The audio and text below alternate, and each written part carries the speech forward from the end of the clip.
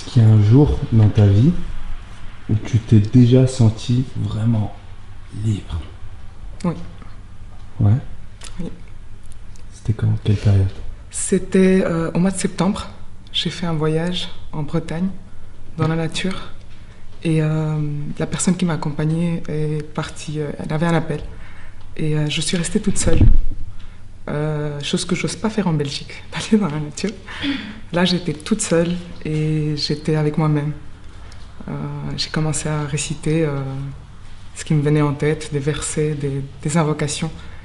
Et j'étais trop bien, parce que j'ai pris conscience de ce qui m'entourait, de la nature, des oiseaux, des anges, de la puissance qui m'entourait. J'étais vraiment trop bien. J'étais dans mon élément. Ça veut dire que dans ton quotidien, t'as pas autant cette conscience, donc qu'est-ce qui vient parasiter ton esprit? Dans mon quotidien de tous les Ouais. jours, le fait de ne pas me sentir à ma place, Mhm. le fait de faire un travail qui ne m'épanouit pas, et le fait de ne pas me sentir libre. Le fait de ne pas te sentir à ta place. Oui. Dans ta famille, dans ton métier, dans ton quotidien. Il y a un peu de tout ça.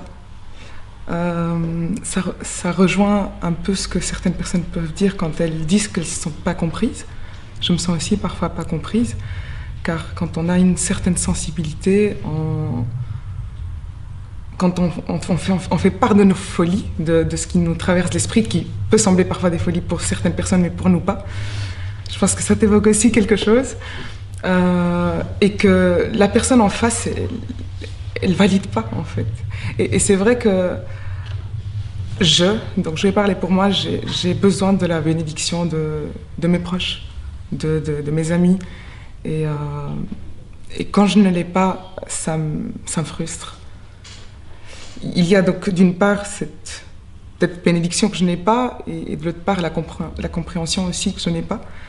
Et je suis consciente que parfois, on dit souvent, les gens reflètent leur peur sur les autres, parce qu'eux, ils n'ont pas pu accomplir, ils ont peur que quelqu'un d'autre le fasse à leur place.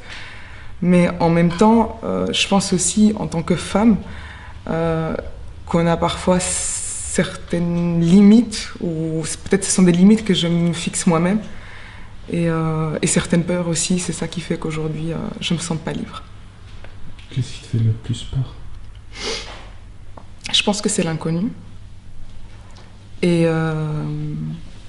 je suis prise parfois d'idée de tout quitter, de faire un petit peu ce que tu as fait.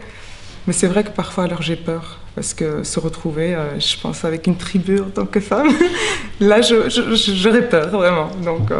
Donc c'est ça qui parfois me freine. Après, je sais que, justement, le Tout-Puissant fait bien les choses et qu'on ne doit pas forcément traverser nos projets, enfin, le chemin seul, justement, que parfois on peut le faire en groupe.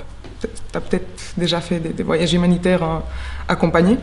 Et donc je me dis que c'est peut-être pas le bon moment et que de nouveau, alors je me sens pas libre parce que c'est pas le bon moment. Comment on sait quand c'est le bon moment dans la vie? Il y a quelque chose que je veux dire comme ça, mais je sais pas si j'y crois vraiment. Mais c'est quand le chemin il s'ouvre tout seul, quand il n'y a pas énormément de blocages. Alors ça peut être perçu différemment parce qu'il y a des blocages qui sont là pour nous pousser à nous dépasser. Et j'ai l'impression qu'il y en a d'autres qui sont là pour nous dire que c'est peut-être pas le moment. Il faut continuer, mais c'est peut-être pas pour aujourd'hui, c'est peut-être pas pour demain. Comment alors, au milieu de tous ces blocages, savoir quand c'est là qu'on doit se lancer?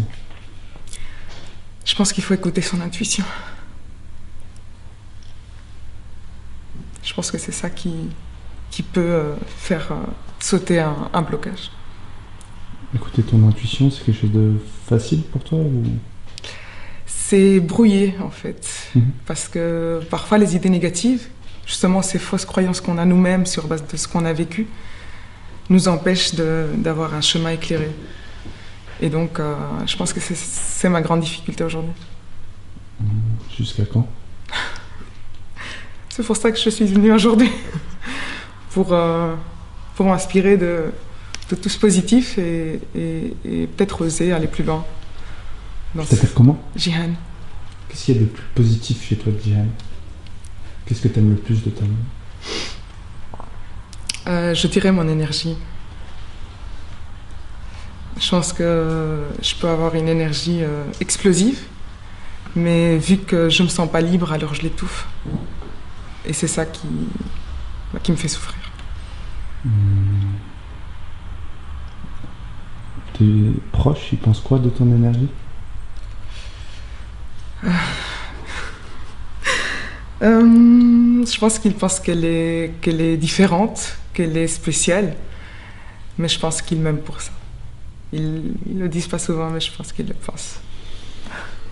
Quelle est la personne la plus spéciale, comme tu dis, dans ta famille? Dans ma famille? Dans ton entourage direct? Entourage ou famille? Famille. Ok. Première personne qui te vient en tête?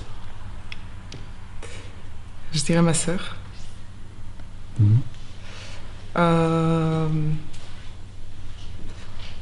Pourquoi? Parce qu'elle a aussi son énergie, elle y va en fait. Elle va moins être hésitante et elle va vers ses objectifs.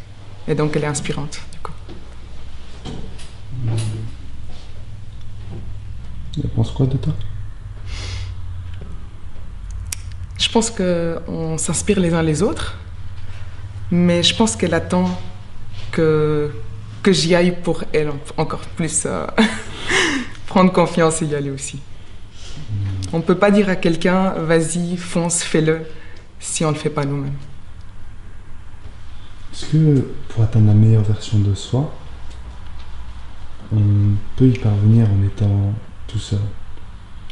J'ai découvert que non, parce que j'ai eu également l'opportunité d'avoir un moment de solitude et j'étais en plein introspection, recherche de moi-même, spiritualité.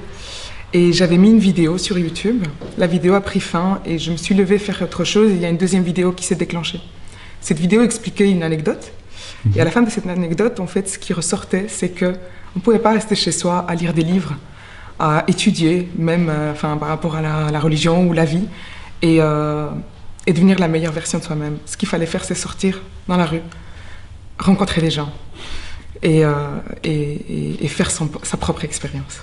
Pourquoi c'est aussi dur de faire sa propre expérience? Je pense que j'ai été un peu baignée dans la peur des parents qui ont voulu me protéger. Et justement, j'ai dû faire ce travail de moi-même, de passer de la peur à l'amour. Et je pense que je suis en plein cheminement, mais c'est dur, c'est pas toujours facile. Et on doit vaincre ses propres démons et on doit sortir de sa zone de confort. Et c'est pas facile. Ça se fait pas en un jour. Ça se fait pas en un claquement de doigts. Il y a une force qui peut débloquer des choses en un jour. Je l'ai vécu aussi lors d'une conférence, une journée. Ça avait débloqué énormément de choses, mais il y a un cheminement et parfois on retombe et c'est pas toujours évident. De la peur à l'amour. Ouais. Tu peux me rappeler ton prénom? Jihan. Merci beaucoup, Jihan. Merci à toi. Merci.